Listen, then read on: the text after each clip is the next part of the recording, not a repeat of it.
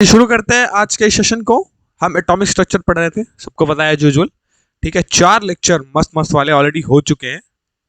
ठीक है, this is lecture number 5। ये 5वां लेक्चर है हमारा आज का। एंड आप सभी को तो पता ही है कि मैं आप सभी को up to competitive examination level JE NEET as well as your MU, ठीक है, जो कि लेटेस्ट वाला 2024 के लिए होने वाला है। ठीक है, उस सब के लिए फ्रेशली प्रिपेयर्ड कंटेंट आप सभी के लिए लेके आता हूँ। ठीक है, रोज हम ऐसे क्लासेस करते हैं और बड़ा मजा आता है ना। चलिए, before moving on main content I would like to introduce myself. जो जानते हैं बहुत अच्छी बात है, जो नहीं जानते जान लो। मेरा नाम शुभम उपाध्याय है and I am your MU chemistry educator for STBJ Academy, as well as I'm a JEE Main qualified candidate, and also I'm pursuing BTech from one of the prestigious institute of Dr. APJ Abdul Kalam Technical University, IIT Lucknow. ठीक है, सबने I thought engineering में हो तो इस college का नाम तो जरूर सुना होगा। ठीक है, मैं इसी कॉलेज से हूँ। चलिए जी, ये सारी बातें हमने ऑलरेडी डिस्कस कर ली थी, बहुत सारी बातें हो चुकी थी, तो हम इसको जल्दी से स्किप करते हैं। ठीक है, ये सब जिन्होंने नहीं देखा है, बहुत मस्त मस्त सारी चीजें हुई हैं, वो जाइए और वीडियो लेक्चर को देखिए और एंजॉय करिए यार। कल कल कल कल कल कल हमने क्या पढ़ा था? कल हमने फोटोइलेक्ट्रिक की शुरुआत की थी और एकदम ढंग से हमने फोटोइलेक्ट्रिक को समझा था, है ना। एट द एंड हम कहाँ आके अटके थे? हम अटके थे फोटोइलेक्ट्रिक इक्वेशन। बट क्या करें, समय समय समय के कारण, समय की बाध्यता के कारण हम फोटोइलेक्ट्रिक इक्वेशंस थोड़ा इंट्रोडक्शन तो लिए बट उसके आगे नहीं बढ़ पाए। तो थोड़ा रिकॉल करता हूँ और उसके बाद शुरू करता हूँ आज से फोटोइलेक्ट्रिक इक्वेशन को लेके। मैंने क्या बताया था, याद करो। मैं तुमको अच्छा फोटोइलेक्ट्रिक फटाक से समझा देता हूँ। सबसे पहले देख लेता हूँ कि इंगेजमेंट है कि नहीं क्लास में। ठीक है, हाँ बिल्कुल बिल्कुल, बहुत बढ़िया, आज भी इंगेजमेंट है क्लास में। Good good evening, good evening. चलिए, तो मैंने आपको फोटोइलेक्ट्रिक इफेक्ट समझाया था। पहले क्या समझाया था भाई? हमने समझाया था कि लाइट के हेल्प से जो हमने मेटल के सरफेस से इलेक्ट्रॉन का इजेक्शन किया था, उस पूरे फिनोमेना को क्या बोलते हैं भाई?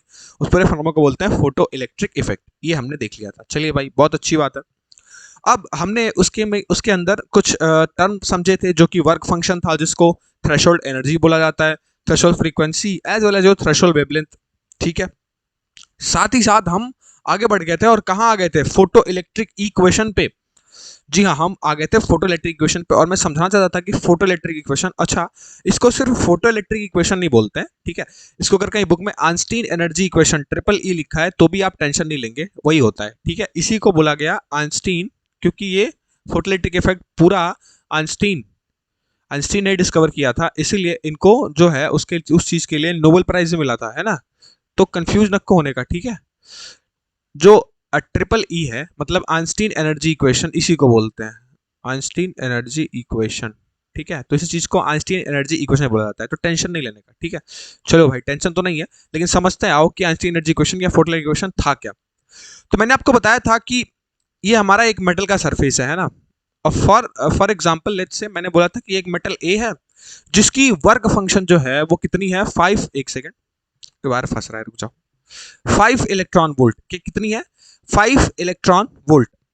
अब ये जो तुम्हारा क्या है, मेटल है, उसका वर्क फंक्शन 5 इलेक्ट्रॉन वोल्ट है। तो मैं तुमको ये भी समझाया था कि तुमने 8 इलेक्ट्रॉन वोल्ट की एनर्जी डाली।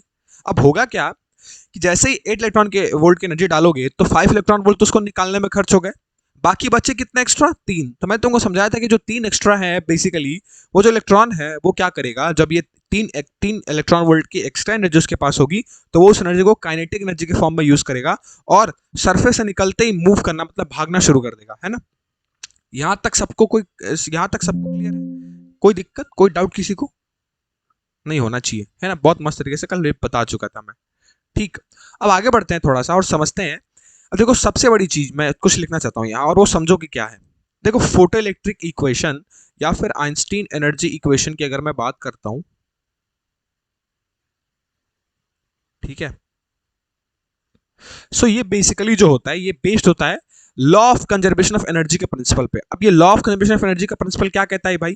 कि एनर्जी जो है वो पूरी कंजर्व रहेगी। एनर्जी क्या रहेगी? पूरी कंजर्व रहेगी। हमने देखा था ये चीज। हमने देखा क्या है, मतलब पढ़ते तो आ रहे हो ना हमेशा से। एक सेकेंड, कहाँ चला गया स्लाइड, है ना जी। हम पढ़ते तो आ रहे हैं। एक सेकेंड, बटन काम क्यों नहीं कर रहा है? ओहो, ठीक तो है ना सब? ओ, जूम्ड इन हो गया, क्या हो गया भाई? हाँ हाँ हाँ हाँ, अभी ठीक है। तो हम ये चीज पढ़ते आ रहे हैं, और ये पढ़ते आ रहे हैं और इसमें हमको पता है कि law of conservation of energy क्या कहता है कि पूरे सिस्टम की एनर्जी जो होती है वो कंजर्व होती है। अब सबसे बड़ी चीज, तुमने इंसिडेंट एनर्जी कुछ गिराई है, ठीक है, मेटल के सरफेस पे कुछ एनर्जी यूज हो गई तुम्हारी मेटल के सरफेस से इलेक्ट्रॉन को निकालने के लिए, जो है वर्क फंक्शन। तो बची हुई एनर्जी काइनेटिक एनर्जी की तरह यूज हो रही है। तो क्या मैं इस चीज को ऐसे लिख सकता हूं, पहले ये चीज लिख लो कि आंसर एनर्जी इक्वेशन जो बेस्ड होती है, बेस्ड ऑन दी किस पे, प्रिंसिपल, ये वाला प्रिंसिपल नहीं, दूसरा वाला principle, based on the principle of law of conservation of energy. ये law of conservation of energy को फॉलो करता है। अब लॉ ऑफ कंजर्वेशन एनर्जी क्या कहता है कि जितनी एनर्जी आई है, energy in is equal to energy out, है कि नहीं? तो एनर्जी इन कितनी हुई है, एनर्जी इन तुम्हारी इंसिडेंट एनर्जी के बराबर हुई है जितना तुम्हारा इंसिडेंट कराया, और एनर्जी आउट कितनी हुई है, दो फॉर्म में एनर्जी आउट हुई है। एक तो पहला फॉर्म जिसमें उसको निकालने के लिए, और दूसरा फॉर्म जो कि वो काइनेटिक एनर्जी की तरह यूज कर रहा है कि नहीं? जरा बताओ। एनर्जी इन हुई है इंसिडेंट के फॉर्म में, है ना जी, लेकिन एनर्जी आउट कैसे हुई है, जरा बताओ। एनर्जी आउट कैसे हुई है? थोड़ा चैट सेक्शन में मैं एंगेजमेंट चेक कर लेता हूँ। तुम ये सब चीज पढ़ा है ना? एक सेकेंड, ओहो दब क्यों नहीं रहा है? आइए रहा, ब्रीदिंग साउंड अभी ठीक है? अभी ठीक है? एनर्जी इंसिडेंट हुई है वो इनकमिंग एनर्जी थी, मतलब जितनी एनर्जी इन उतनी एनर्जी आउट। एनर्जी कन्वर्जन ये कहता है ना कि पूरे बॉडी का जो ठीक ठीक है, कोई बात नहीं, पूरे बॉडी की जो एनर्जी होती है वो कंजर्व होती है। कहने का मतलब ये है कि जितनी एनर्जी अंदर आई है उतनी एनर्जी बाहर गई, तो पूरे बॉडी का एनर्जी जो है वो कंजर्व्ड है। सो वही चीज मैं तुमसे पूछना चाहता हूँ कि एनर्जी इन जो है वो इंसिडेंट एनर्जी है, और एनर्जी आउट हो रहा है दो फॉर्म में। कौन कौन से फॉर्म में? एक तो पहला फॉर्म जो कि उसका वर्क फंक्शन, जिसको निकालने में जो एनर्जी लगी है, और दूसरा फॉर्म किस में आउट हो रहा है, जो है उसका काइनेटिक एनर्जी वाला। ठीक है, तो दो फॉर्म में एनर्जी यूज हो रही है। तो इसी चीज को मैं थोड़ा सा नोट्स के टर्म में लिखता हूँ आगे चल के, यहां नोट डाउन करते हैं। ठीक है, पहला फॉर्म क्या है, energy in is equals to energy out, E out लिख रहा हूं, ठीक है? ठीक है, तो कौन कौन से फॉर्म में वो बाहर निकल रही है? पहला कि the incident energy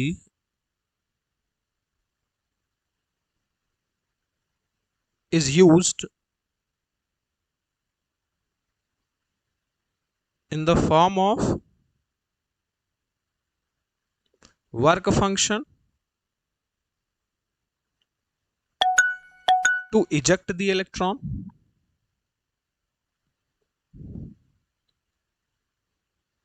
and in the form of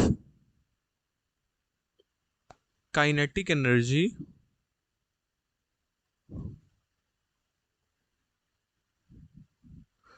to move the electron towards detector। अब देखो जो लिखा है उस चीज को समझो। लिखा मैंने क्या है कि जो एनर्जी आ रही है वो दो फॉर्म में यूज हो रही है। पहला, एक तो वर्क फंक्शन के फॉर्म में जो कि मिनिमम एनर्जी की रिक्वायरमेंट है, मतलब अगर 8 इलेक्ट्रॉन वोल्ट आया तो पहला कहाँ यूज हो गया, वो निकालने में 5 इलेक्ट्रॉन वोल्ट, और जो 3 एक्स्ट्रा बचा था वो कहाँ यूज आया, काइनेटिक एनर्जी में। तो एनर्जी कंजर्वेशन क्या कहता है, एनर्जी कंजर्वेशन का प्रिंसिपल क्या कहता है कि जितनी एनर्जी अंदर आई उतनी एनर्जी बाहर गई, मतलब energy in is equal to energy out.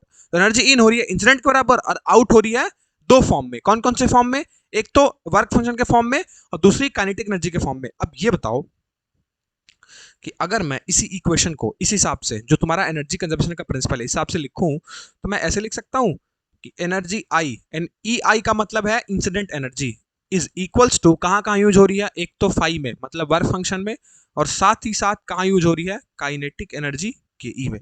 तो क्या ये इक्वेशन वैलिड है? बिल्कुल वैलिड है, क्योंकि law of conservation of energy यही तो कहता है।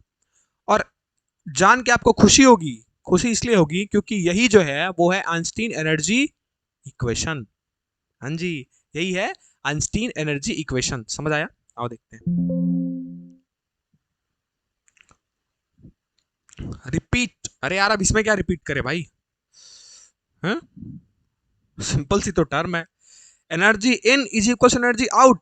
तो दो फॉर्म एनर्जी जा रही है ना, एक तो निकालने में लग जा रही है, जैसे मैंने तुमको फॉर एग्जांपल क्या बोला कि अगर 5 इलेक्ट्रॉन वोल्ट उसका निकालने का एनर्जी है, मतलब वर्क फंक्शन है, तो 8 इलेक्ट्रॉन वोल्ट गिरा है, तो 8 में से 5 गया तो 3 बचा। तो 5 इलेक्ट्रॉन कहाँ खर्च हो गया, निकालने में, और 3 इलेक्ट्रॉन जो एक्स्ट्रा बचा है इलेक्ट्रॉन उसको काइनेटिक एनर्जी के फॉर्म में भागने के लिए, मूव करने के लिए इस्तेमाल करता है। तो एनर्जी जो इन हुई है वो दो जगह यूज हुई है, एक तो निकालने में और एक भागने में।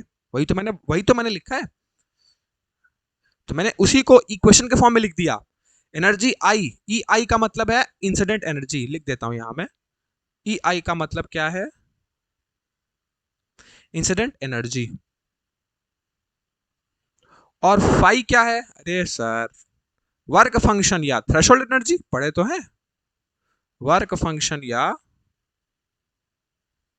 थ्रेशोल्ड एनर्जी पढ़ के तो आ रहा है यार पीछे से। अब मैं तुमसे कहूं कि ये इक्वेशन है गलत, और क्या बात कर रहे हो सर, इक्वेशन गलत है तो फिर लिखे क्यों? तो E I is equals to phi plus K E. तो अब मैं तुमसे कहूं कि इक्वेशन गलत है, तुमको क्या बात है, गलत है? बिल्कुल गलत है। अब देखो, अब एक टर्म यहां लिखूंगा और इक्वेशन कंप्लीटली सही हो जाएगा। मैं लिखूंगा के ई मैक्स। क्या लिखा मैंने? के ई मैक्स। कहने का मतलब है मैक्सिमम काइनेटिक एनर्जी, जिसको बोलते हैं के ई मैक्स। अब ये इक्वेशन ट्रूली 100% ट्रू है। अगर सिर्फ के लिखोगे तो इक्वेशन गलत है, उन्होंने नहीं बताया था, उन्होंने सिर्फ ये बोला था कि incident energy equals to 5 plus K E max. तो अब ये इक्वेशन 100% ट्रू है। अब ये के ई मैक्स वाला फंडा क्या आ गया भाई? ये क्या है? अरे यार, ये कुछ नहीं है, it is maximum kinetic energy.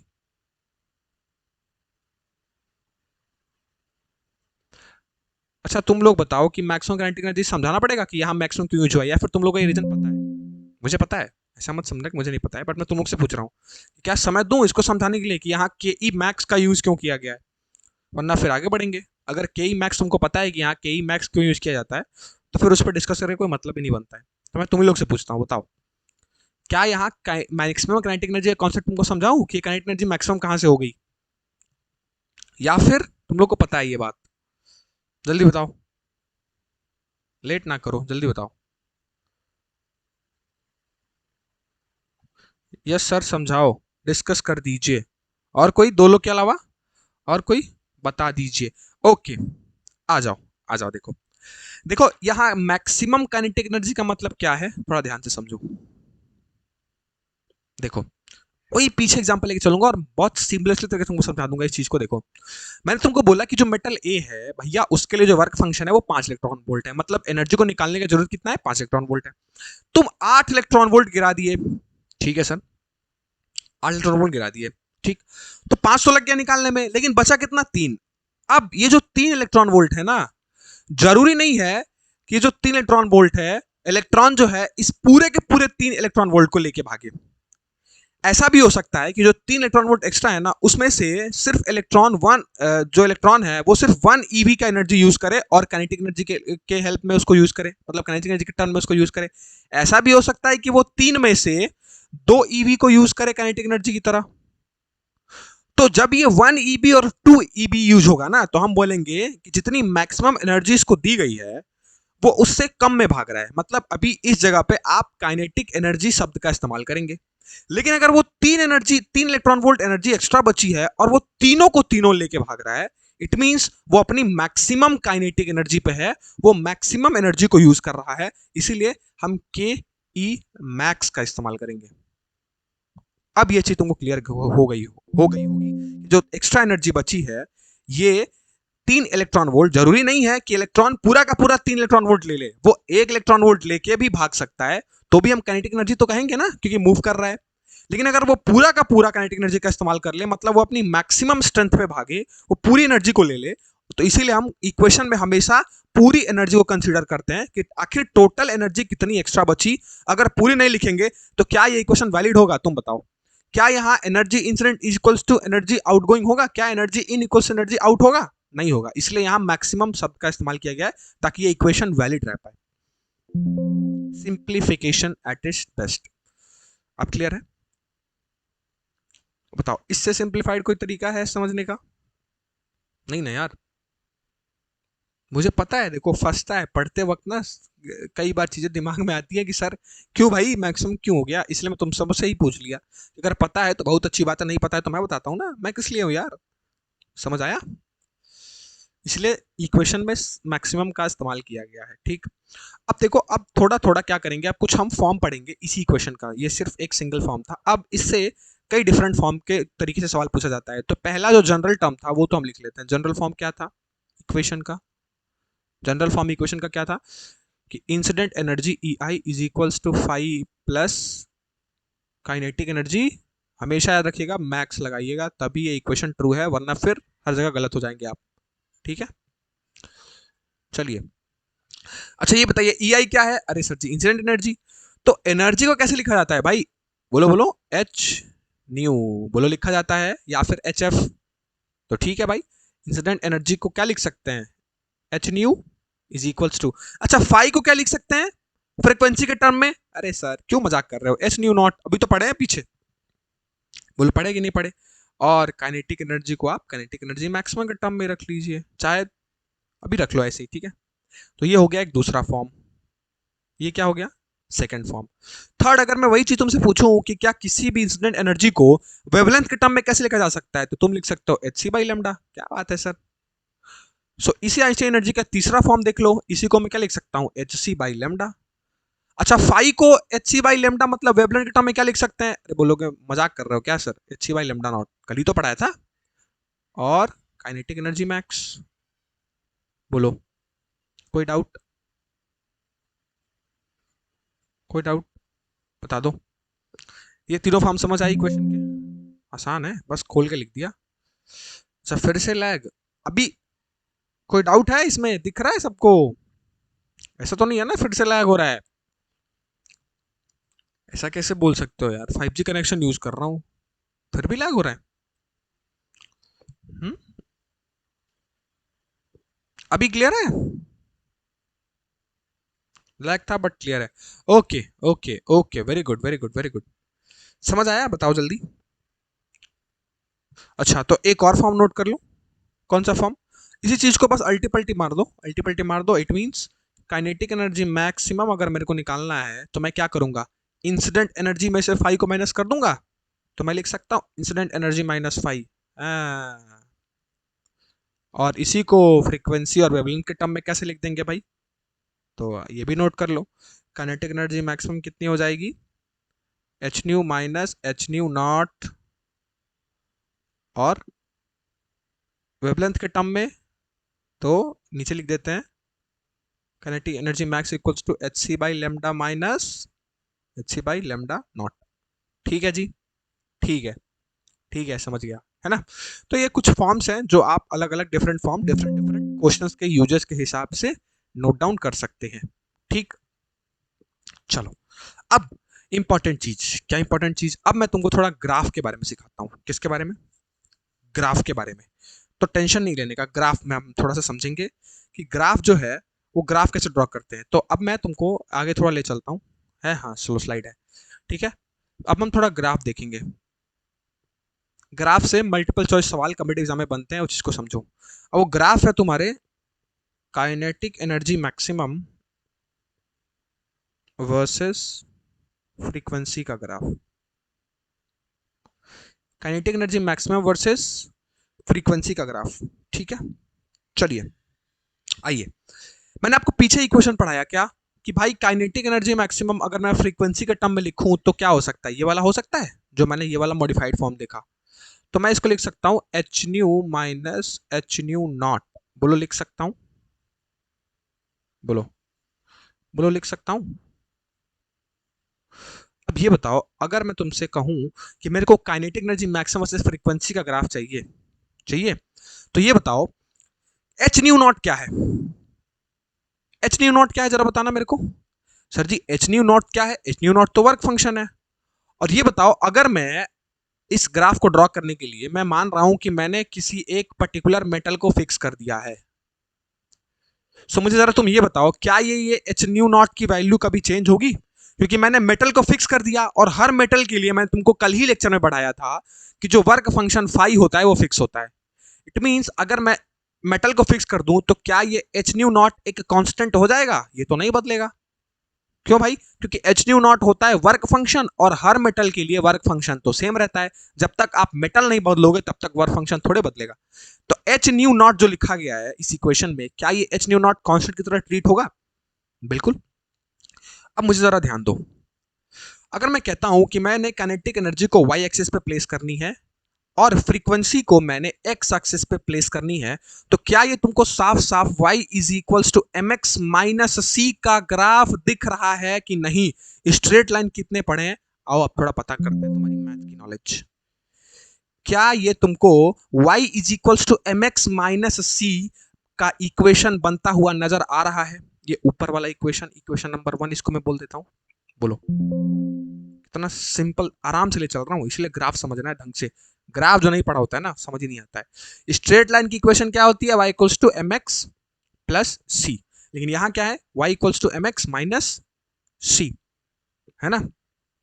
बताओ, बोलो।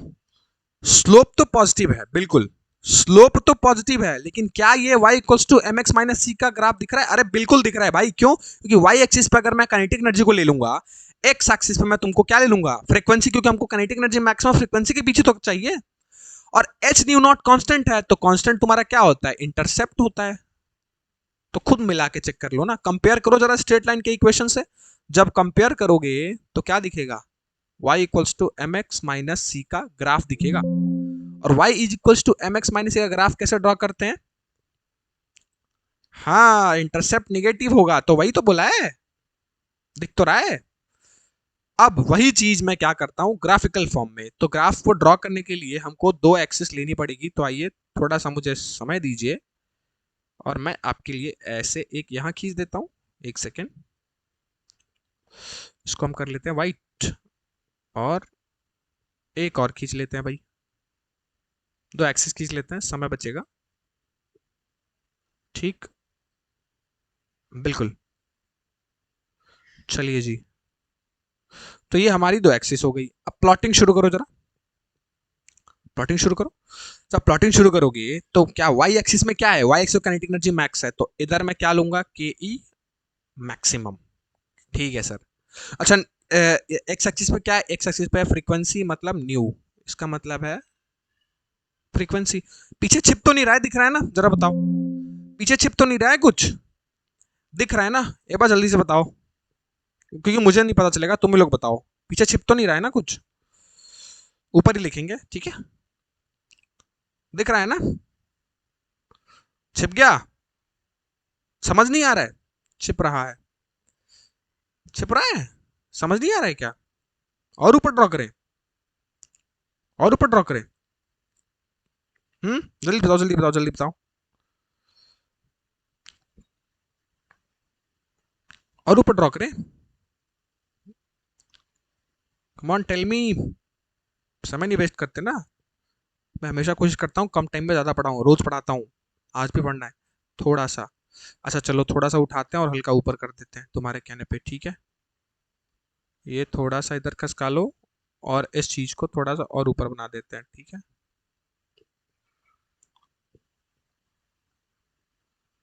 अब ठीक है, अब ठीक होगा, है ना?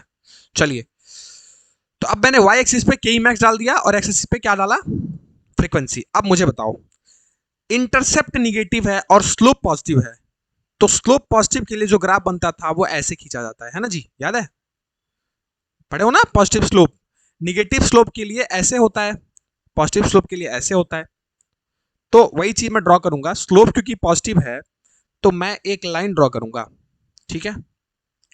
और क्योंकि इंटरसेप्ट है निगेटिव और y equals to mx minus C, negative intercept का मतलब ये होता है। अच्छा, इंटरसेप्ट का मतलब सबको पता है ना, y एक्सिस पे जो लाइन काटती है, इतना तो मान के चलता हूं कि तुम लोग जानते होगे, ठीक है?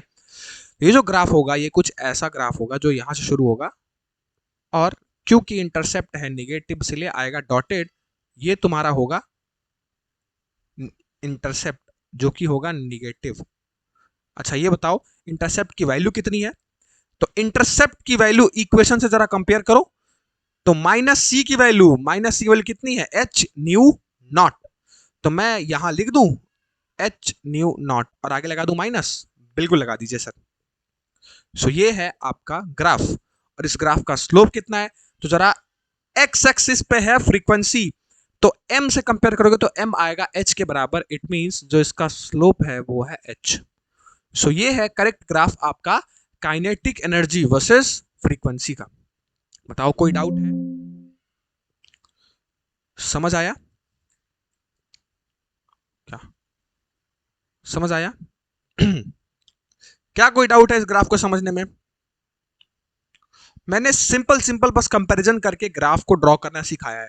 अब तुमने पॉजिटिव एक्स एक्सिस, भाई अब ये तो समझ गए होगे, वरना अगर ये नहीं समझे हो तो फिर मुझे नहीं पता कि संदीप सर क्या पढ़ा रहे हैं, क्योंकि स्ट्रेट लाइन के अंदर संदीप सर ने ये चीजें तुमको पढ़ाई होंगी कि ग्राफ कैसे ड्रॉ करते हैं और स्ट्रेट लाइन इक्वेशन क्या होता है। वो ऑलरेडी बेसिक मैथमेटिक्स का सेशन ले रहे हैं, है ना? तो ये है ग्राफ तुम्हारा काइनेटिक एनर्जी। इसको थोड़ा सीधा कर लेना, ठीक है? काइनेटिक एनर्जी मैक्सिमम जिसका स्लोप है h, इंटरसेप्ट कितना है -c, और c कितने के बराबर है h न्यू नॉट, तो -5 भी लिखा होगा तो कंफ्यूज मत होना, ग्राफ देख के समझ सकते हो। ये बोलो ये एक चीज क्लियर है तुम्हारी? चलिए अगर ये चीज क्लियर है, इजी, चलिए तो आगे बढ़ते हैं, आगे बढ़ते हैं। और मैं आपको कुछ की पॉइंट नोट करना चाहता हूं जहां से MCQ multiple choice theory based बन सकते हैं, इंपॉर्टेंट है। तो आप इस की पॉइंट को, अब जितना भी हम पढ़े सबको समराइज करके की पॉइंट लेंगे फोटोइलेक्ट्रिक इफेक्ट पे, तब हम आगे बढ़ेंगे, ठीक है? वो क्या है और नोट करते हैं। पहली चीज, पहला की पॉइंट हमेशा याद रखना, जैसे ही मैंने तुमको बताया था कि फोटोइलेक्ट्रिक इफेक्ट में क्या होता है कि मेटल की सरफेस पे फोटोन आके इंसिडेंट करते हैं। सो यहां 1 फोटोन 1 इलेक्ट्रॉन वाला रूल चलता है। क्या बोल रहा हूं मैं? 1 फोटोन 1 इलेक्ट्रॉन वाला रूल चलता है। इट मींस एक फोटोन आएगा और एक बारी में एक ही इलेक्ट्रॉन को ले जाएगा, इसलिए इसको 1 फोटोन 1 इलेक्ट्रॉन रूल बोलते हैं। तो लिख लो कि for each incident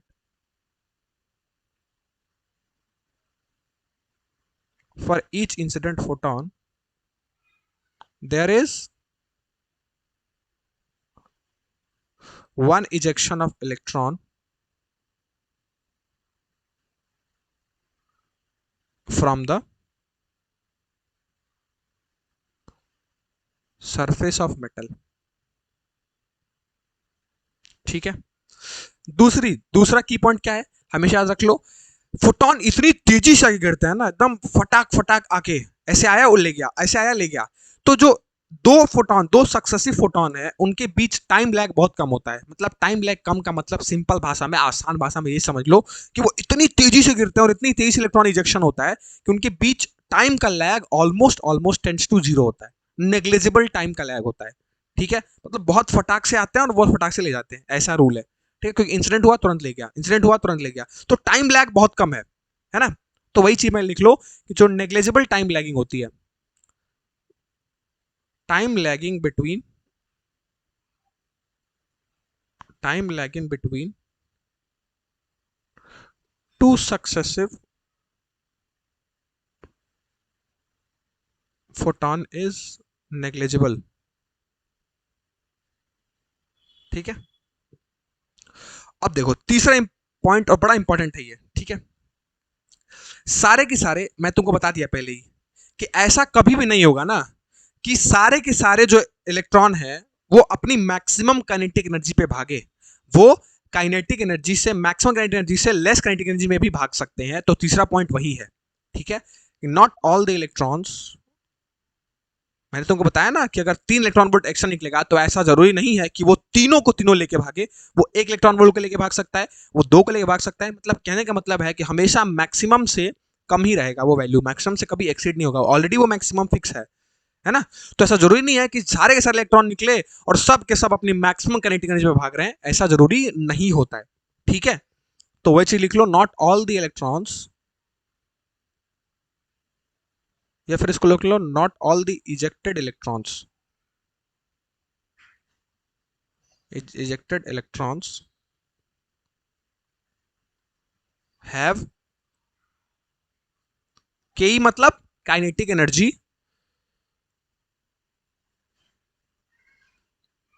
equivalent to kinetic energy max, ठीक है? सम ऑफ द इलेक्ट्रॉन्स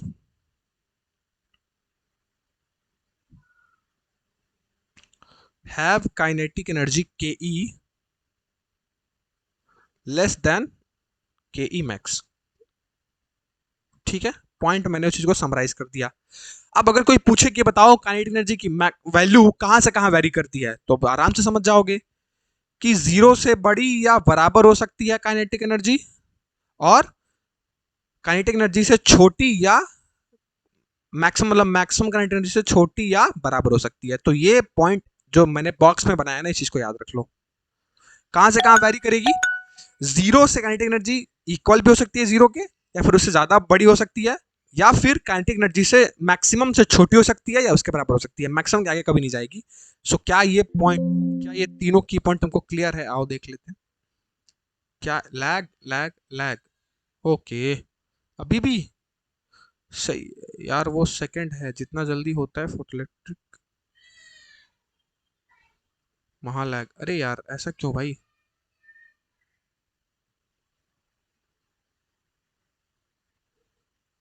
अभी भी लैग हो रहा है क्या?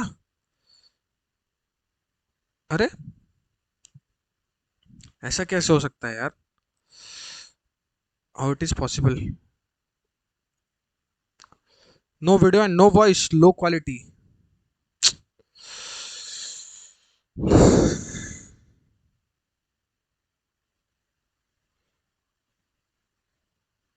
अब अब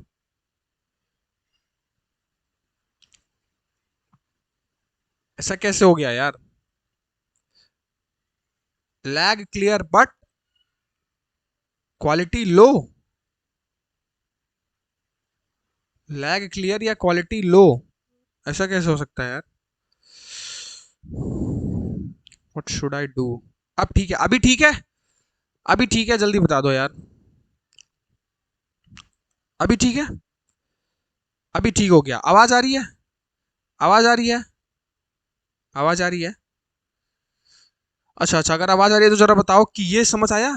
तीनों पॉइंट जो मैंने लिखे हैं, एक बार पढ़ लो इनको, एक बार पढ़ लो इनको कि क्या ये तीनों पॉइंट समझ आ रहे हैं? है ना? वन फोटोन वन इलेक्ट्रॉन, और फिर time lagging between two such photon is negligible, और not all the electron ejected have. मैं तुमको बताया था ना कि जितने भी इलेक्ट्रॉन होंगे सारे के सब, ऐसा नहीं है कि सब के सब मैक्सिमम काइनेटिक एनर्जी से ही भागे, वो उससे कम में भी भाग सकते हैं। तो मैंने उसी चीज को बस पॉइंट में लिखवाया है। तो क्या ये तीनों तुमको क्लियर है? लैग था, रिपीट कर दो, लास्ट पॉइंट रिपीट। ओके देखो, लास्ट पॉइंट में कुछ नहीं है, तो ऊपर के दो पॉइंट बहुत अच्छी बात है, सिंपल देख के समझ सके, पढ़ भी सकते हो।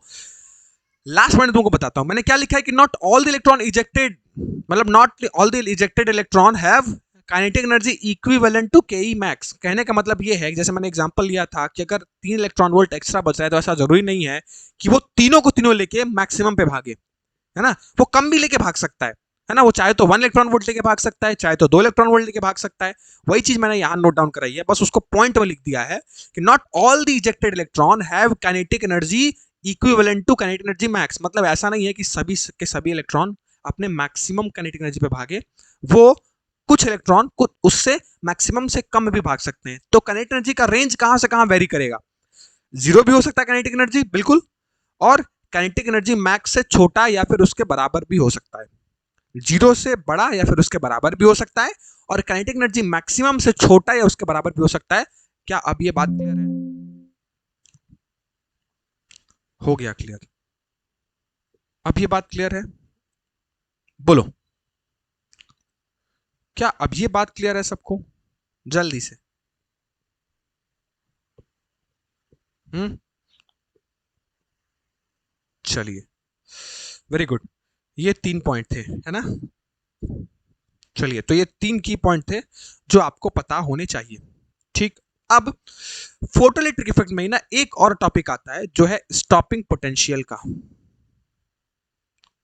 क्या किसी ने स्टॉपिंग पोटेंशियल का कॉन्सेप्ट सीख रखा है?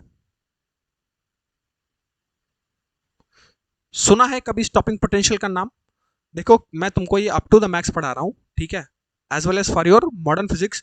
तो स्टॉपिंग पोटेंशियल भी हम समझते हुए चलेंगे। किसी ने सुना है स्टॉपिंग पोटेंशियल के बारे में? यस। आओ, अब कहाँ गया? हाँ, आओ अब स्टॉपिंग पोटेंशियल की थ्योरी को थोड़ा समझते हैं। देखो, स्टॉपिंग पोटेंशियल क्या होता है, जैसे मैंने तुमको क्या बताई थी। अगर मैं उस डायग्राम पे चलूं जो मैंने सेटअप लिया था, एक्सपेरिमेंटल सेटअप को थोड़ा ध्यान से देखो। अब यहां आएगा बैटरी पिक्चर में, ठीक है, अब यहाँ बैटरी का रोल थोड़ा बढ़ जाता है क्योंकि जो स्टॉपिंग पोटेंशियल है वो डिफाइन होगा बैटरी के हेल्प से ही। देखो होता क्या है, मैं तुमको क्या बताया था, क्योंकि देखो इस साइड पॉजिटिव और इस साइड निगेटिव है, तो डिटेक्टर में जैसे ही पॉजिटिव साइड हम कनेक्ट करेंगे, पूरा सर्किट को कंप्लीट करेंगे, तो डिटेक्टर के पूरे साइड में पॉजिटिव चार्ज आ जाएंगे।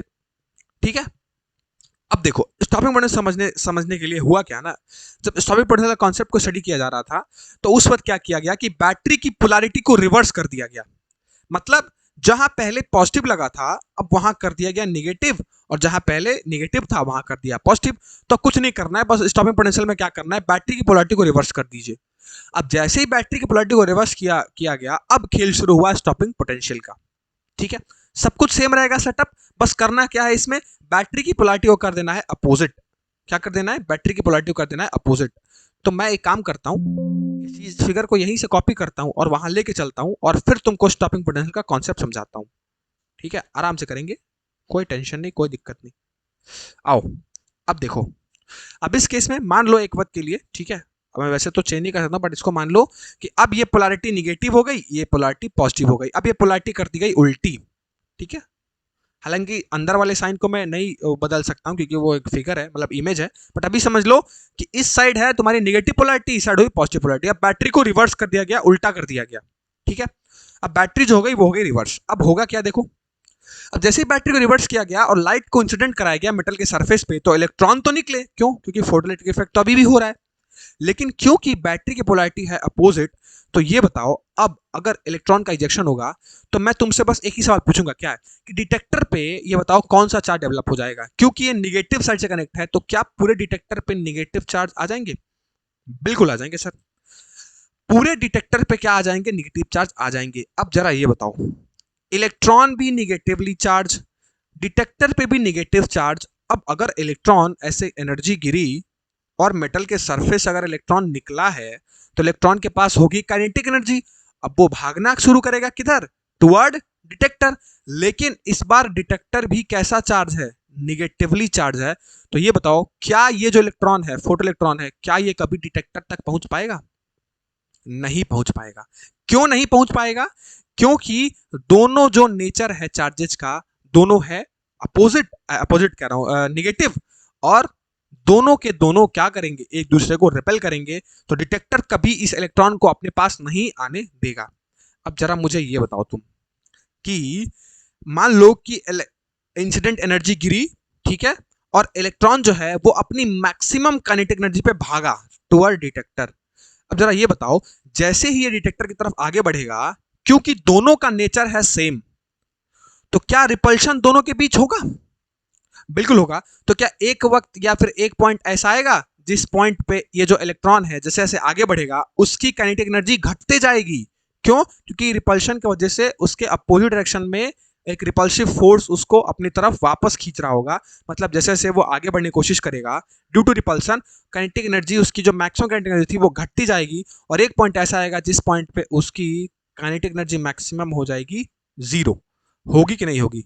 और यहां से वो इलेक्ट्रॉन वापस यू टर्न मार लेगा। क्यों? क्योंकि दोनों जो चार्जेज हैं उन दोनों चार्जेस का नेचर कैसा है अपोजिट। इसलिए ड्यू टू रिपल्सिव फोर्स एक पॉइंट ऐसा आएगा जिस पॉइंट पे उसकी मैक्सिमम काइनेटिक एनर्जी हो जाएगी जीरो, और वो वापस लौट जाएगा टुवर्ड मेटल सरफेस।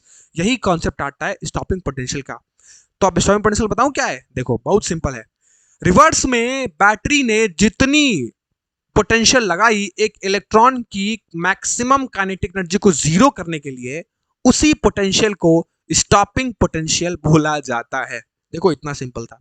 क्या बोला मैंने कि रिवर्स पोलैरिटी में, अपोजिट पोलैरिटी में बैटरी ने जितना पोटेंशियल लगाया एक इलेक्ट्रॉन की मैक्सिमम काइनेटिक एनर्जी को जीरो करने के लिए, उसी पोटेंशियल को बोलते हैं स्टॉपिंग पोटेंशियल। नाम भी है देखो, रोकने वाला पोटेंशियल मतलब स्टॉपिंग पोटेंशियल। बताओ क्लियर हो गया कि नहीं? क्लियर हो रहा है कि नहीं? जल्दी बताओ, क्या ये जो मैंने इतनी बातें बोली वो सबको क्लियर है? स्टॉपिंग पोटेंशियल का कॉन्सेप्ट क्लियर है? बोलो, स्टॉपिंग पोटेंशियल का कॉन्सेप्ट क्लियर है? यस, वाह क्या बात है। मतलब निगेटिव में, रिवर्स में जितनी हमने पोलैरिटी लगाई, वही पोलैरिटी तो क्या है, स्टॉपिंग पोटेंशियल है। क्या बात है सर, कितने मस्त तरीके से समझा दिए है ना। आओ, अगर मस्त तरीके से समझा दिए, स्टॉपिंग पोटेंशियल समझ आ गया तो नोट डाउन करेंगे, और नोट डाउन करेंगे नोट्स के फॉर्म में लिख लीजिए। पहले तो स्टॉपिंग पोटेंशियल को ये भी समझ लीजिए कि स्टॉपिंग पोटेंशियल डिनोट करते हैं वी नॉट से। स्टॉपिंग पोटेंशियल को डिनोट करते हैं वी नॉट से, लिख लो। ठीक है, लिख लो कि द रिवर्स अप्लाइड वोल्टेज या फिर पोटेंशियल, जो भी आपका कहने का मन हो, to make the kinetic energy maximum of ejected electron zero termed as, क्या बोलते हैं उसको, स्टॉपिंग पोटेंशियल, रोक देने वाला पोटेंशियल, है ना जी। चलो बोलो, क्लियर क्लियर, ये चीज क्लियर हो गई कि स्टॉपिंग पोटेंशियल को डेफिनेशन वाइज कैसे लिखेंगे। द रिवर्स अप्लाइड वोल्टेज या फिर the reverse applied potential to make the kinetic energy maximum of ejected electron zero termed as stopping potential. मतलब ऐसा रिवर्स, हमेशा रिवर्स याद है, रिवर्स याद रखना।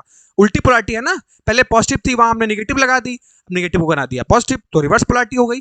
तो रिवर्स में मतलब उल्टे में, अपोजिट पोलैरिटी में हम जितना भी वोल्टेज है, जितना भी पोटेंशियल लगाएंगे एक इलेक्ट्रॉन को, एक इजेक्टेड इलेक्ट्रॉन को के काइनेटिक एनर्जी को जीरो करने के लिए, उसी को हम स्टॉपिंग पोटेंशियल बोलेंगे। क्लियर है टर्मिनोलॉजी? बोलो बोलो जल्दी, क्लियर है? चलो, अगर क्लियर है तो अब अगर कोई पूछे ये बताओ निकालेंगे कैसे, तो ब्लैक बॉडी आ गया, निकालेंगे कैसे भाई स्टॉपिंग पोटेंशियल, तो आओ अब हम उसका निकालना। और बेसिकली कहने का मतलब ये है कि अब एक और बार आपकी आइंस्टीन एनर्जी इक्वेशन मॉडिफाई होगी, तो एक और फॉर्म हम पढ़ेंगे। देखो अप टू द मैक्स पूरा पढ़ रहे हैं, ठीक है। तो आओ अब देखते हैं कि अगर कोई पूछे कि भाई कितना स्टॉपिंग पोटेंशियल है तो कैसे निकालेंगे। आओ नोट करो, देखो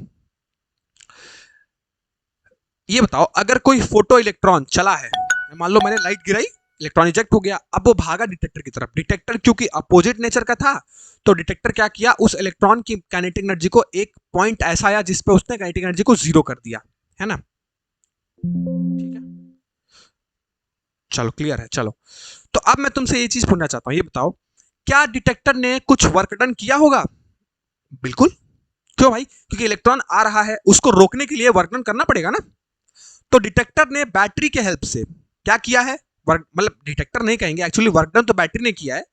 खैर हम डिटेक्टर एक रेफरेंस को मान के चलते हैं। तो ये बताओ अगर इलेक्ट्रॉन मेटल के सरफेस से निकला है तो डिटेक्टर पे है निगेटिव चार्ज, तो क्या जो डिटेक्टर है वो वर्क डन किया है इलेक्ट्रॉन को रोकने के लिए? बिल्कुल किया है। क्यों? क्योंकि उसके इलेक्ट्रॉन की मूवमेंट थी इधर, उसने अपोजिट डायरेक्शन में फोर्स लगा के भाई उसको रोका है, उसकी काइनेटिक एनर्जी को जीरो किया है। सो अगर मैं तुमसे जरा वर्क डन पूछूं कि डिटेक्टर ने, या फिर अगर सिंपल भाषा में कहें तो बैटरी ने, क्यों? क्योंकि भाई डिटेक्टर को ऑपरेट कौन कर रहा है? बैटरी। तो अगर मैं सिंपल भाषा में तुमसे पूछूं कि बैटरी ने वर्क डन कितना किया है, तो तुम क्या लिखोगे ये बताओ। अगर मैं work done due to battery तुमसे पूछूं, work done due to battery, तो क्या कहोगे?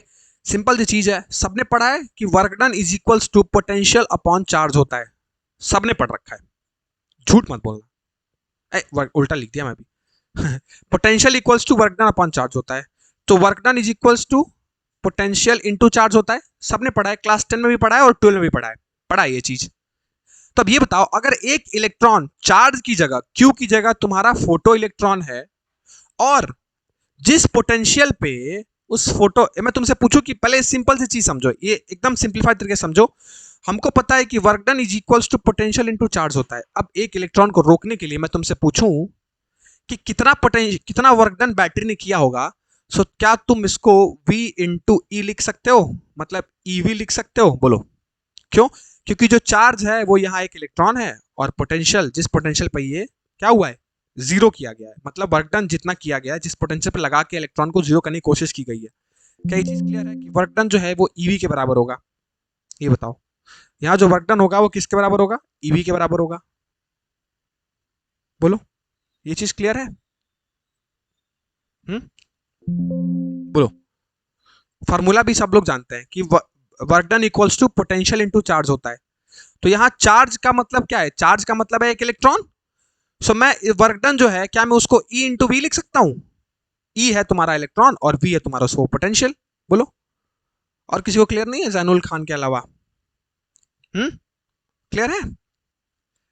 क्या ये चीज क्लियर है कि वर्क डन ईवी कहां से हुआ? अरे फार्मूला देख लो यार, V इंटू क्यू, क्यू यहां E है तो E इंटू वी हो गया।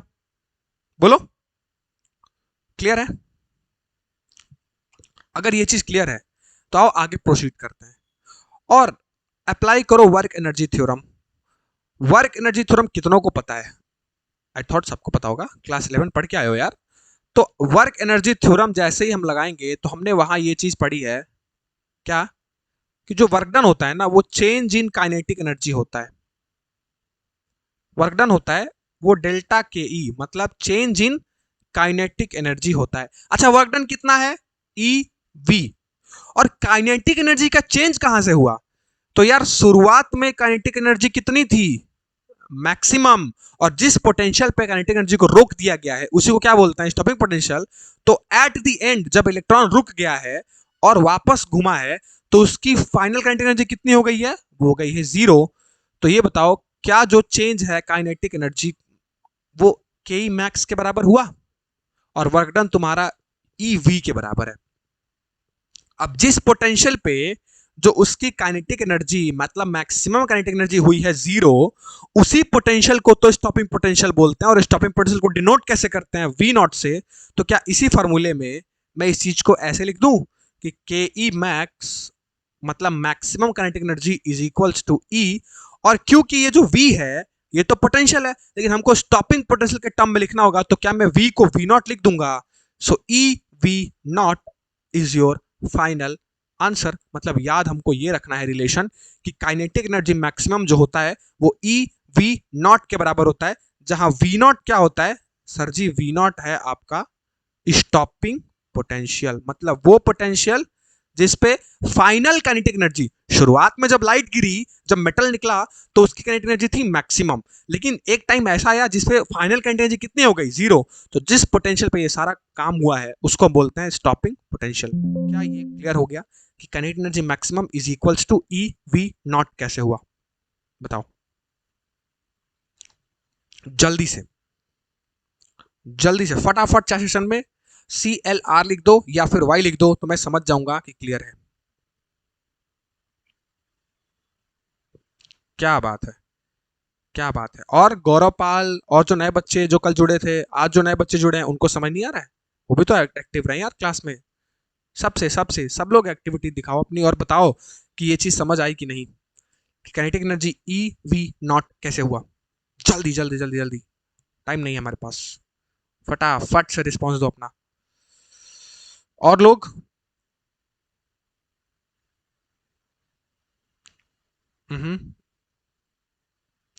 चलिए, बहुत बढ़िया, बहुत बढ़िया, समझ गए। अब अब थोड़ी बारी है मॉडिफिकेशन की वापस। अब स्टॉपिंग पोटेंशियल तो पढ़ लिए, तो तो क्या सर? तो यार समझोगे ना? कैसे समझोगे? आओ देखो, इतना आसान नहीं है फोटोइलेक्ट्रिक इफेक्ट, इतना छोटा भी टॉपिक नहीं था, बड़ा टॉपिक था। मैंने ऑलमोस्ट मॉडर्न का फोटोइलेक्ट्रिक इफेक्ट तुमको समझा दिया है। आओ देखो, अब याद करो काइनेटिक एनर्जी मैक्स के बराबर हो गया ई वी नॉट। तो जरा आइंस्टीन एनर्जी इक्वेशन याद करो, क्या होती है? Incident energy equals to 5 plus K E max. तो क्या मैं अब इस चीज को मॉडिफाई करके ऐसे लिख सकता हूं क्या? H nu is equals to H nu naught plus E V naught. ये न्यू है भाई, दिस इज न्यू। अब काइनेटिक एनर्जी मैक्सिमम को मैं ई वी नॉट लिख दूं। क्या बात है। सो ये एक मॉडिफाइड फॉर्म हो गया आपका। एक और जो कि अगर कभी स्टॉपिंग पोटेंशियल का यूज हो तो वो पूछे आपसे तो आप इस चीज को भी याद रख सकते हैं, या फिर डायरेक्ट एक और फॉर्मूला देता हूं। ये बताओ E V not equals to क्या होगा? H nu minus H nu not. So अगर कभी वी नॉट पूछे तो आप इसको H nu minus H nu not upon E ये लिख सकते हैं। बोलो लिख सकते हैं कि नहीं लिख सकते हैं? और ये कहां से हुआ? यहां लिख देता हूं, सिंस काइनेटिक एनर्जी मैक्स जो है वो बराबर होती है ई वी नॉट से। तो जहां मैंने काइनेटिक एनर्जी मैक्स लिखा है उसको मैंने ई वी नॉट से कर दिया रिप्लेस। तो एक और स्टॉपिंग पोटेंशियल का फार्मूला आप ये याद रख सकते हैं, V not is equals to H nu minus H nu naught. और या तो आप डायरेक्टली ये याद रख सकते हैं कि kinetic energy maximum is equals to E V naught, दोनों से वी नॉट आप निकाल सकते हैं। क्वेश्चन के हिसाब से, सिचुएशन के हिसाब से आप फॉर्मूले का इस्तेमाल करेंगे। जहां एक और टर्म में लिख देता हूं, वी नॉट क्या है, वी नॉट है स्टॉपिंग पोटेंशियल। कोई भी नोट्स में तुमको कंफ्यूजन नहीं रहेगा, इतना सिंप्लीफाइड नोट बनवा रहा हूं। न्यू क्या है, इंसिडेंट फ्रीक्वेंसी, और न्यू नॉट क्या है, थ्रेशोल्ड फ्रीक्वेंसी। याद करो, एक सेकेंड, ठीक है। तो मैंने सारे टर्म को अलग अलग डिनोट कर दिया है।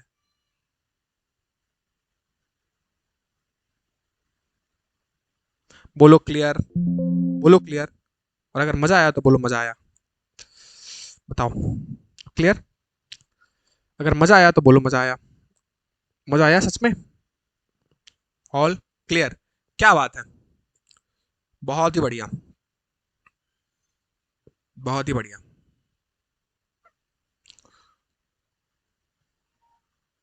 साफ साफ लेकर पीडीएफ में नहीं दिखता है सही से।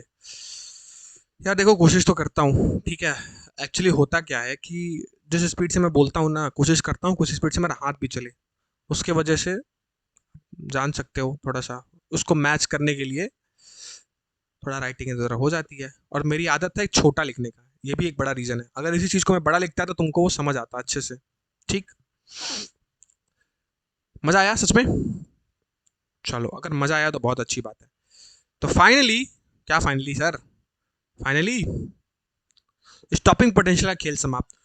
ठीक, अब अप टू द मैक्स मैंने तुमको फोटोइलेक्ट्रिक इफेक्ट समझा दिया है। अब फोटोइलेक्ट्रिक इफेक्ट्स मुझे नहीं लगता है कि अब कुछ बचा, मुझे क्या लगता है बता ही नहीं है कुछ, ठीक है। ग्राफ बोलोगे तो एक और ग्राफ पढ़ा दूंगा, ठीक है। आज का लास्ट टॉपिक बोलो तो ग्राफ होगा, नहीं तो बोलो तो आज का last topic black body radiation कर दे। एक और ग्राफ है, बोलो वो देखना चाहते हो ग्राफ, वो है kinetic energy maximum versus stopping potential का ग्राफ। तो अगर बोलोगे तो वो ग्राफ भी समझा देंगे अभी,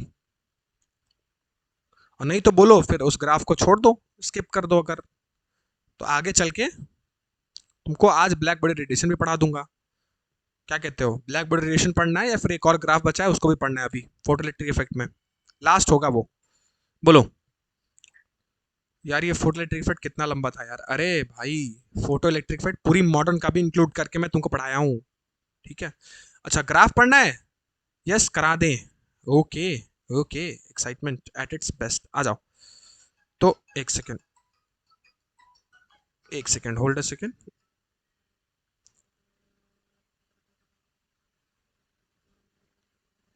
चलिए, ठीक है,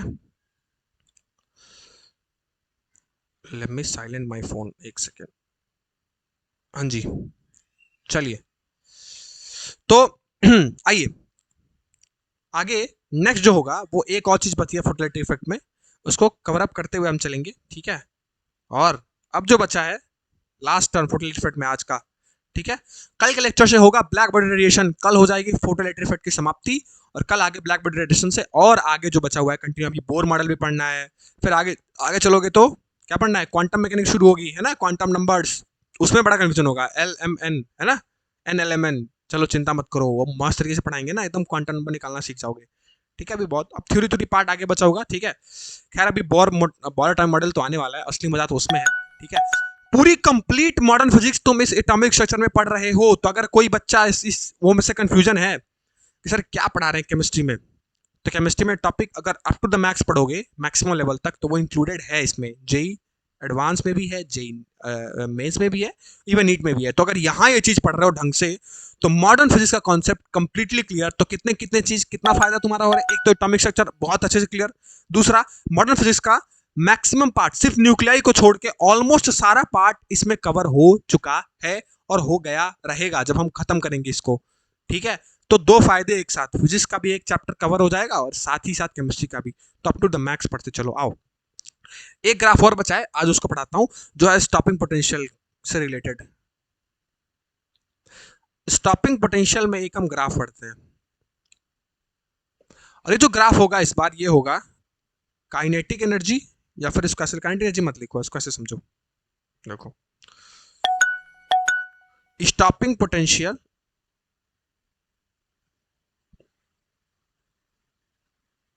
और इंसिडेंट फ्रीक्वेंसी के बीच। ये जो ग्राफ हम पढ़ेंगे अभी वो पढ़ेंगे स्टॉपिंग पोटेंशियल और इंसिडेंट फ्रीक्वेंसी के बीच का ये ग्राफ। आओ देखो अप टू द मैक्स, ठीक है। आओ पहले तो दो एक्सिस खींच लेते हैं, जैसे हमने दो एक्सिस खींची थी फटाफट। कहाँ है, आ जाओ भाई यहाँ जल्दी से। ये हमारी हो गई एक एक्सेस, ठीक। और इसी के साथ साथ कहाँ गया भाई, होम में एक और एक्सिस को हम ऐड ऑन कर लेते हैं। ये हो गई हमारी दूसरी एक्सिस, ठीक। चलिए दो एक्सिस है हमारे पास। अब ग्राफ प्लॉटिंग से पहले ग्राफ का इक्वेशन तो पता होना चाहिए, तो ग्राफ का इक्वेशन मैं साइड में लिख देता हूं। आ जाओ, ये बताओ अभी हमने क्या पढ़ा, पीछे आइंस्टीन एनर्जी इक्वेशन पढ़ा जो कि स्टॉपिंग पोटेंशियल के टर्म में था। बोलो पढ़ा कि नहीं पढ़ा। क्या होता है, एच न्यू आई मतलब incident frequency is equals to H nu naught plus E V naught. पढ़ा है अभी, अभी पढ़ा है पीछे, बोलो पढ़ा है कि नहीं पढ़ा है। तो यहां से अगर मैं वी नॉट का टर्म लिखूं, वी नॉट मतलब स्टॉपिंग पोटेंशियल, सो मैं इसको ऐसे लिख सकता हूं H nu I minus H nu not upon E लिख सकता हूं। बोलो बहुत पर देखता हूं एंगेजमेंट है कि नहीं, लिख सकता हूं, ठीक है। मिनिमम 10 तो होंगे भाई, ठीक है। ये लिख सकता हूं कि नहीं, बोलो कंफ्यूजन है यहां तक, नहीं होना चाहिए। अब वही सेम चीज जरा इस इक्वेशन को एक स्ट्रेट लाइन के इक्वेशन से कंपेयर करो। अगर मैं y एक्सिस पे प्लॉट करूंगा स्टॉपिंग पोटेंशियल को, सो क्या अगेन ये y is equals to M X minus C बन रहा है, क्योंकि h v नॉट क्या है, अरे यार वर्क फंक्शन का ही तो टर्म है, और वर्क फंक्शन अगर मैं मेटल को फिक्स कर दूं तो कांस्टेंट रहेगा, तो अगेन c हो जाएगा तुम्हारा h new not by E. X axis पे क्या होने वाला है, एक्स एक्सिस पे वी आई मत वी आई नहीं मतलब न्यू आई का मतलब इंसिडेंट फ्रीक्वेंसी, क्योंकि ये ग्राफ किसके किसके बीच है, स्टॉपिंग पोटेंशियल वी नॉट और न्यू आई मतलब इंसिडेंट फ्रीक्वेंसी के बीच ग्राफ है। तो अगर मैं एक्स एक्सिस पे तुम्हारा स्टॉपिंग पोटेंशियल वी नॉट ले लूं, सॉरी वाई एक्सिस पे, और एक्स एक्सिस पे मैं तुम्हारा न्यू आई मतलब ये क्या है इंसिडेंट फ्रीक्वेंसी ले लूं, तो जरा कंपेयर करो, क्या अगेन ये y equals to M X minus C का ग्राफ दिख रहा है, बिल्कुल दिख रहा है। सो अगेन सिमिलर ग्राफ होगा जो कि शुरू होगा कुछ और पॉइंट से, जो कि जाएगा स्ट्रेट लाइन ऐसे, और क्योंकि अगेन निगेटिव इंटरसेप्ट है तो इस बार ये जो इंटरसेप्ट होगा अब थोड़ी वैल्यू बदलेगी, ये जो इंटरसेप्ट होगा वो बराबर होगा एच न्यू नॉट अपॉन ई के, और इस बार जो स्लोप होगा क्योंकि एक्स एक्सिस पे इंसिडेंट फ्रीक्वेंसी न्यू आई है, सो बचा हुआ टर्म स्लोप की तरह काम करेगा, मतलब यहां इस केस में जो स्लोप होगा वो होगा एच अपॉन ई। सो ये था कंप्लीट ग्राफ आपका स्टॉपिंग पोटेंशियल और इंसिडेंट फ्रीक्वेंसी न्यू आई के बीच। इंसिडेंट फ्रीक्वेंसी को मैंने न्यू आई लिखा है, क्लियर है, बोलो क्लियर है कि नहीं। तुम खुद भी ये ग्राफ अब खींच सकते थे, बस इक्वेशन का पता होना चाहिए जो कि मैंने तुमको बता दिया है। बोलो क्या ये चीज क्लियर है, कम ऑन रिस्पॉन्स दो, क्लियर सबके लिए, सबको समझ आया, क्या सबको समझ आया ये ग्राफ, सबको समझ आया ये ग्राफ कि स्लोप h बाई ई कैसे है, ओके।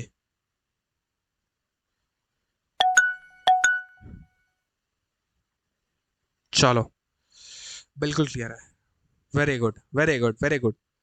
सो ये था स्टॉपिंग पोटेंशियल और इंसिडेंट फ्रीक्वेंसी के बीच का ग्राफ, ठीक। अब क्या है, अब कुछ और टर्मिनोलॉजीज हैं जो कि आपको समझने चाहिए थोड़े बहुत, और ठीक है थोड़ा एक्स्ट्रा है तो लीजिए, एक्स्ट्रा लेंगे तभी आपको जानकारी होगी ना अप टू द मैक्स। तो आइए मैं थोड़ा आपको कुछ एक्स्ट्रा देता हूँ। क्या है एक्स्ट्रा, आओ नोट कर लो, उसके बाद सेशन को एंड करेंगे, ठीक है।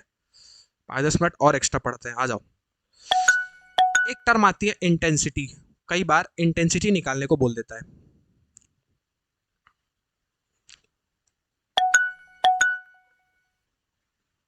ठीक है, बहुत जल्दी कवर करूंगा, छोटा सा दो टर्मिनोलॉजी है उसको कवर अप कर लो, फिर कल के लेक्चर में क्या होगा वो बता के जल्दी शायद सेशन को एंड करते हैं। देखो इंटेंसिटी क्या होती है, इंटेंसिटी को डिनोट करते हैं कैपिटल आई से, ये होती है एनर्जी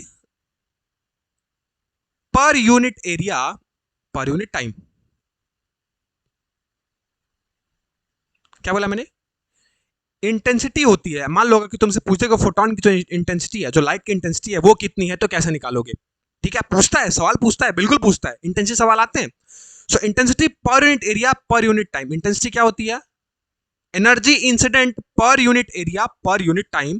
तो जरा इस हिसाब से अगर मैं इसको एक मैथमेटिकल फॉर्मूले के टर्म में लिखूं, सो एनर्जी इंसिडेंट को ई आई लिख दूं, और पर यूनिट एरिया मतलब एरिया है डिवाइड में, और पर यूनिट टाइम का मतलब टाइम है एरिया के साथ मल्टीप्लाई में। सो एक इंटेंसिटी का फॉर्मूला क्या हो गया, एनर्जी इंसिडेंट अपॉन कितना, per unit area per unit time. ठीक है, अब मुझे ये बताओ, अगर मैं यही चीज एक फोटोन के केस में बात करूं, मैं मान लो तुमसे सवाल दे दूं कि एक फोटोन की जो इंसिडेंट एनर्जी है वो इतनी है, मेटल का सरफेस का जो एरिया है वो इतना है, और इतने टाइम के लिए वो इंसिडेंट हो रहा है, तो उसकी इंटेंसिटी बताओ। तो ये बताओ, अगर यही इंसिडेंट एनर्जी एक फोटोन के लिए अगर मैं लिखूंगा, सो क्या मैं उसको एच न्यू आई लिख सकता हूं, क्यों, क्योंकि फोटोन की एनर्जी कितनी होती है भाई, एच न्यू आई।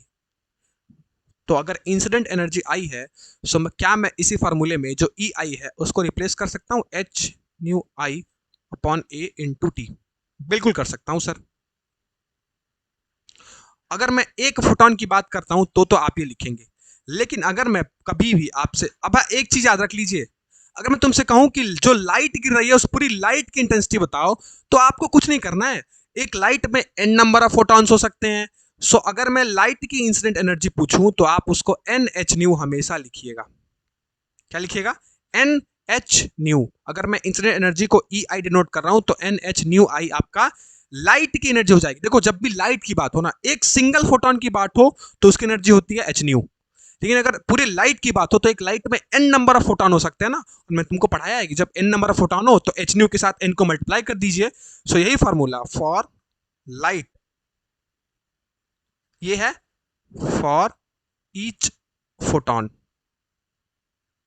तो कंफ्यूज करता है कई बार, वो बोल देगा कि लाइट की इंटेंसिटी निकालो, तो बस इस फार्मूले में एक चेंज करेंगे, ऊपर एन से मल्टीप्लाई कर देंगे, और ये फार्मूला फिर वही हो जाएगा ए इंटू टी।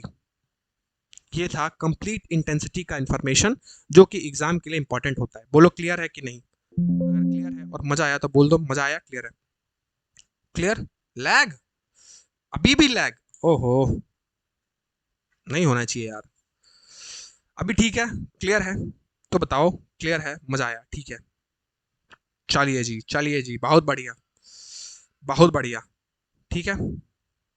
चलो, अब दूसरा टर्म एक और आता है, ठीक है, एक और टर्म आता है, उसको थोड़ा देख लो, बस 2 मिनट और उसके बाद क्लास को करेंगे हम एंड। दूसरा टर्म पूछता है, कई बार वो जो करंट पूछ देता है ना, कि जो फोटो करंट है वो बताओ, कि वो जो करंट आया फोटो इलेक्ट्रॉन की वजह से, याद है मैंने एमीटर बताया था, तो कई बार वो करंट का कैलकुलेशन बोलता है फोटो करंट।